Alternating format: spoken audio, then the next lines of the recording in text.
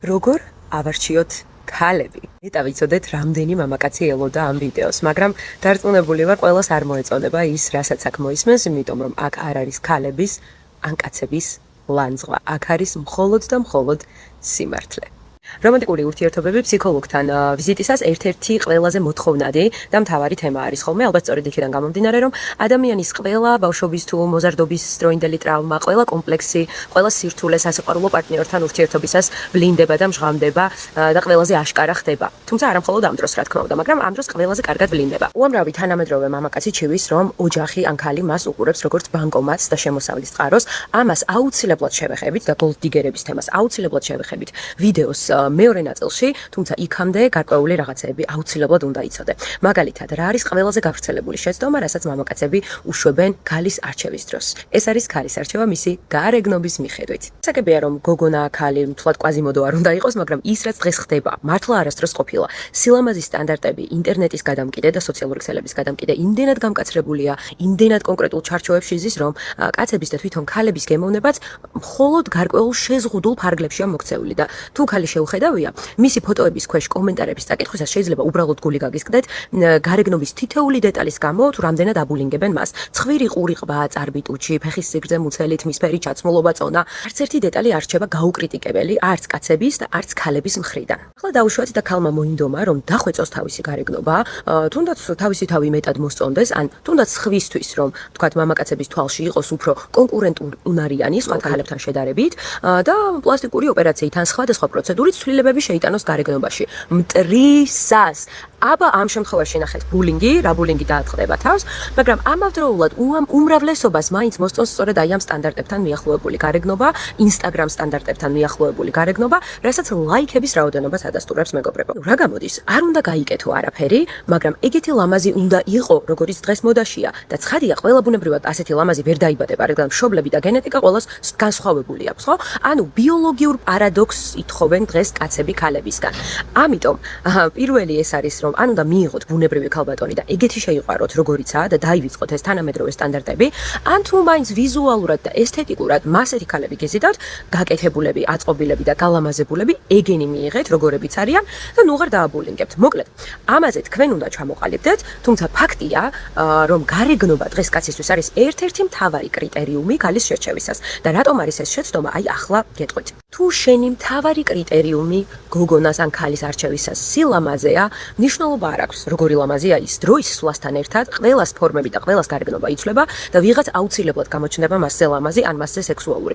მჯობნი არ დაილევაო, როგორც ნათქვამია და შემდეგ რას აკეთებთ? მომდევნო ლამაზ სახეზე გადახვალთ, ანუ გამოდის, რომ მაშინ არ უნდა არსებობდეს ერთგულება. ხო, ერთგულების ადგილი აღარ რჩება.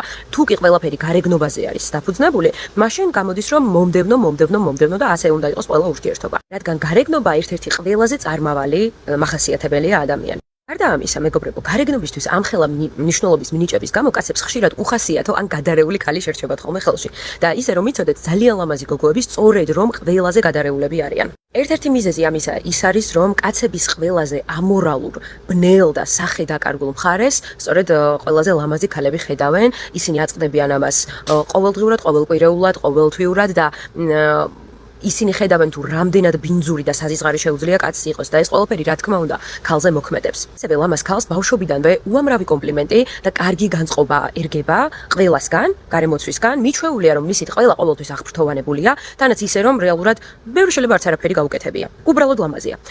შეუხედავს კი სხვების კეთილგანწყობის მოსაპოვებლად უწევს ბევრად მეტი შრომა, სხვა თვისებების და უნარების დახვეწა, რომ აჩვენოს საზოგადოებას მაგალითად როგორი მხიარული ხასიათი აქვს, როგორი განათლებულია, როგორი შრომის მოყვარე როგორი მეგობრულია, ან რაიმე სხვა უნარები და ნიჭები, რაც მან შეიძლება გამოიმუშაოს, ხო? ერთგულებაზეც მოქმედებს ეს ყველაფერი, გარეგნული სხვაობა ლამაზ ქალებს თითქმის ყოველთვის უდგათ მამაკაცების რიგი და ყოველთვის აქვს შინაგანი განცდა, რომ ნებისმიერ მომენტში შეუძლიათ ჩაგანაცვლონ. და ზოგჯერ ისინი ამით ღიად манипуლირებენ შენზე. არასტაბილურები არიან, საუკეთესოზე უკეთეს ვარიანტს ეძებენ კიდევ და შეუხედავები კი ხშირად დაბალი თვითშეფასების გამო თავის უკანასკნელ შანსად განგიხილავენ და ჩაბღაუჭებული არიან შენზე და ბევრად უფრო ერთგულები არიან. ზოგჯერ არაჯანსაღად ჩაციკლულებიც კი არიან მარტოობის შიშის გამო. ხშირად საკუთარი არასაკმარისობის გამო მუდმივად ეჭვიანობენ და ტვინს უბურღავენ მამაკაცს, მათი ყოველი ნაბიჯის გაკონტროლებას ცდილობენ, რადგან თითქოს გულის სიღრმეში სადღაც ელოდებიან ღალატს, ვინაიდან არ სჯერათ რომ საკმარისად კარგები არიან. აქვე უნდა აღნიშნოთ, რომ ეს ყველაფერი მოქმედებს მაშინაც, როცა გოგო ლამაზია, მაგრამ თავი მახინჯი ჰგონია და როდესაც გოგო მახინჯია, მაგრამ თავი ლამაზი ჰგონია. რა თქმა უნდა, აუცილებლად უნდა აღნიშნოს, რომ ლამაზი ყოველთვის არ უდრის მაინც-ამაინც გადარეულს და არაერთ გულს.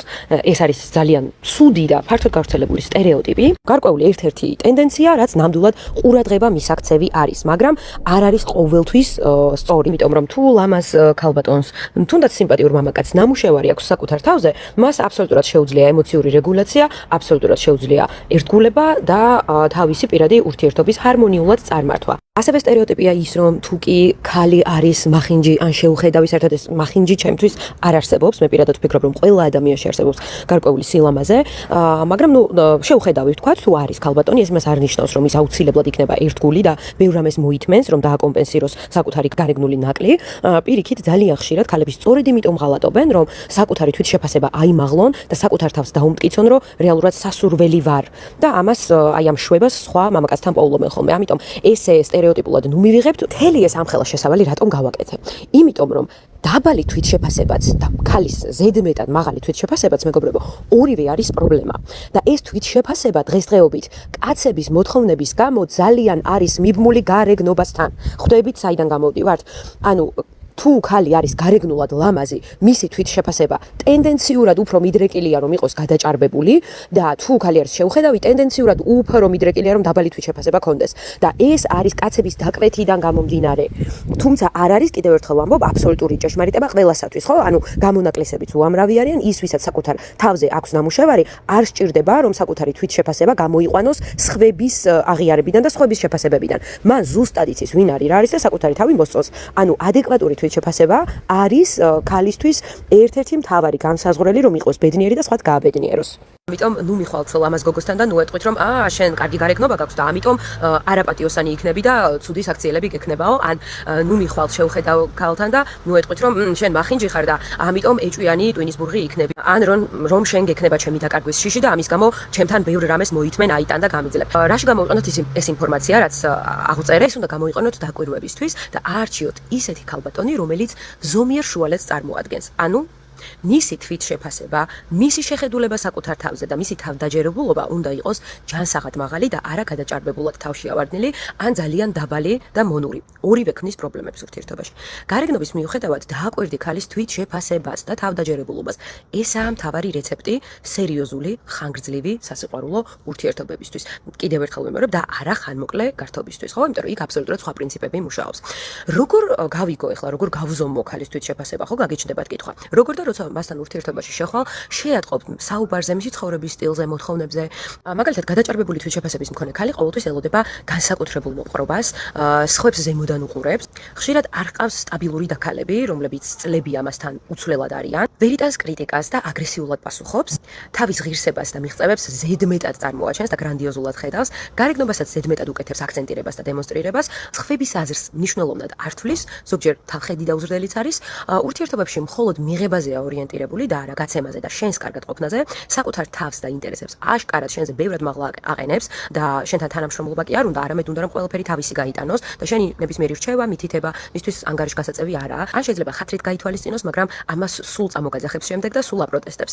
დაბალი თვითშეფასების მქონე ქალი ამ ყველაფრის საწინააღმდეგოდ ხშირად ადარებს თავს სხვებს და უარყოფითად გრძნობს, კომპლიმენტებს ვერ იღებს, ან უჭირს, არა არ ვარ, მასეთი კარგიც არ ვარ. უჭირს კარიერაში წარმატების მიღწევა, უჭირს რისკიანობა, გამბედაობა, შეიძლება მუშაობის დაწყებაც კი ვერ გაბედოს, 100% შენს ცხოვრებაზე იყოს დამოკიდებული და დაკიდებული, ხო, ყველანაირად, რაც სულის შემხუთველია მამაკაცისთვის ადრე თუ გვიან. თავიდან როგორი კონტროლის განცდაც არ უნდა მოიტანოს, რეალურად ყველა მამაკაც ბეზრდება ქალი, რომელიც 100%-ით მასზეა ჩამოკიდებული. დაბალი თვითშეფასების მქონე ქალს შეიძლება ჰობიც კი არ ჰქონდეს თვითდისციპლინა, რომ ყურადღება მიაქციოს თავის ჯანმრთელობას, ფიზიკურ გარეგნობას, მუდმივად ბოდიშოპს წვრილმანებზე, გადაჭარბებულად ეჭვიანობს, ან შურს გამოხატავს სხვების მიმართ, ვერ იღებს გადაწყვეტილებებს დამოუკიდებლად, ან უჭირს ეს ძალიან. ზოგჯერ ძალიან დამთმობია, ზოგჯერ კი უაზროდ პრეტენზიული და ჭირვეული და ბუტია.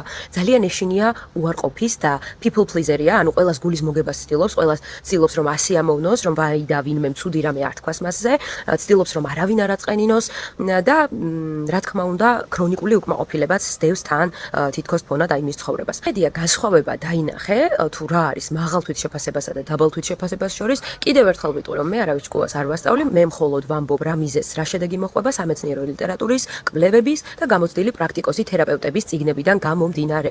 არჩევანი რა თქმა უნდა თქვენზეა, შენ შეგიძლია მაინც აირჩიო ქალის სილამაზის მიხედვით ან ფულის მიხედვით, მაგრამ უნდა გესმოდეს და უნდა იცოდე ამას რა მოყვება და უნდა გესმოდეს რომ მისი პიროვნული ღირებულება მხოლოდ ამ ფაქტორებით არ განისაზღვრება და ხანგრძლივ ურთიერთობებში გაგიჭირდება მასთან ჰარმონიულად, მშვიდად, ბედნიერად და მყუდროდ ყოფნა. რომ შევაჯამოთ, გამოდის აი ასეთი რამ. თქვენ უნდა აირჩიოთ ისეთი ქალი, რომელიც არის ჯანსაღად თავდაჯერებული და რომელსაც მოსწონს საკუთარი თავი და საკუთარი ცხოვრება. ზოგადად ქალის მთავარი ფუნქცია არის სწორედ მიმღებლობა ფიზიოლოგიურად, არქეტიპულად და ასე შემდეგ და უპირველეს ყოვლისა ქალს უნდა ჰქონდეს მიმღებლობა საკუთარი სხეულის, გარეგნობის, შინაარსის, ღირებულებების, საკუთარი თავის. შესაბამისად, თუ ქალი ბედნიერია, ის შემდეგ აბედნიერებს კაცსაც, ოჯახსაც და მის ირგვლივ ყოფ ყველა ადამიანსაც, რადგან მისგან გამოსწვევის სწორედ ეს სიმშვიდე, თავდაჯერებულობა და ფემინური ენერგიები. ამიტომ ქალის და კაცის ბედნიერების საიდუმლო სწორედ არის იმაში, რომ ქალს უნდა მოსწონდეს საკუთარი თავი და უნდა იყოს ბედნიერი, რომ გააბედნიეროს სხვაც. დღევანდელ ვიდეოს აქ დავასრულებ, წარმატებებს გისურვებთ და მომდევნო ვიდეოში სხვა გავრცელებულ შეცდომებზე ვისაუბრებ და ვისაუბრებ ასევე ფულზე მონადირე ქალებზე, თუ როგორ უნდა ამოვიცნოთ ისინი, როგორ განვასხვაოთ. გამოიწერე გვერდი თუ გინდა რომ გავაგრძელო ასეთი ვიდეოების ჩაწერა.